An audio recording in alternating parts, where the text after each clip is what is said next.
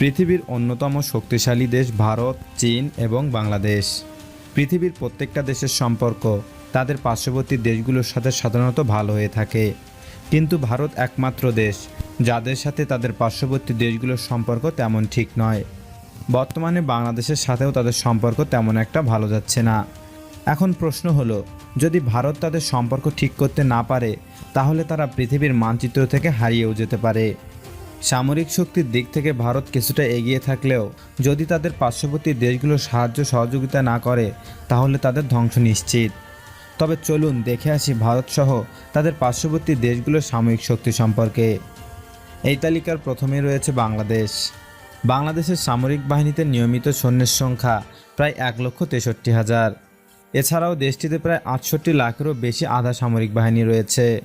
বছরে বাংলাদেশের প্রতিরক্ষা খাতে ব্যয় হয় প্রায় 699 কোটি মার্কিন ডলার।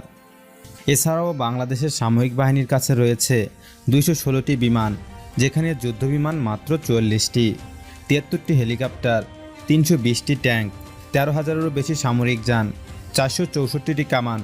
এর মধ্যে সক্রিয় কামান রয়েছে মাত্র 27টি, 71টি মোবাইল রকেট প্রজেক্টর, 191টি জাহাজ, 7টি ফ্রিগেট, 6টি করভেট যুদ্ধজাহাজ এবং 2টি সাবমেরিন রয়েছে।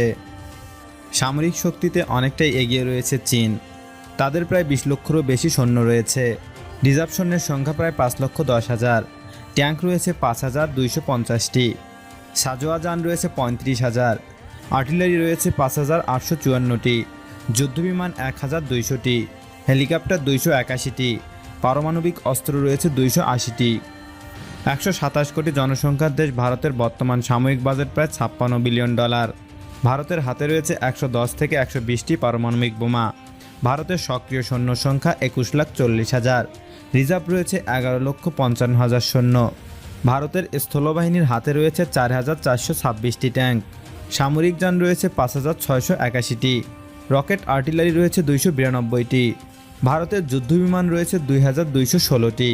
এগুলোর মধ্যে রয়েছে রাশিয়ার তৈরি MiG-21, MiG-27, MiG-29, Sukhoi 30 MKI, Britain ফ্রান্সের তৈরি জাগুয়ার এবং ফ্রান্সের তৈরি মিরেজ 2000। ভারতের নৌবাহিনী রয়েছে 15টি সাবমেরিন, 15টি ফ্রিগেট, 11টি ডেস্ট্রয়ার এবং বিমান বহনকারী জাহাজ 2টি। ভারত বাংলাদেশ এবং চীন থেকে কিছুটা এগিয়ে থাকলেও তাদের পার্শ্ববর্তী দেশগুলোর সাথে সম্পর্ক খারাপ হওয়ায় তাদের কিছুটা ক্ষতি হয়ে যাবে। এখন প্রশ্ন হলো, যদি এই 2-3টি দেশ একত্রিত হয়, তাহলে ভারত পৃথিবীর মানচিত্র থেকে হারিয়েও যেতে পারে। ভারতকে নিয়ে আপনার গুরুত্বপূর্ণ মতামত কমেন্টে জানাবেন।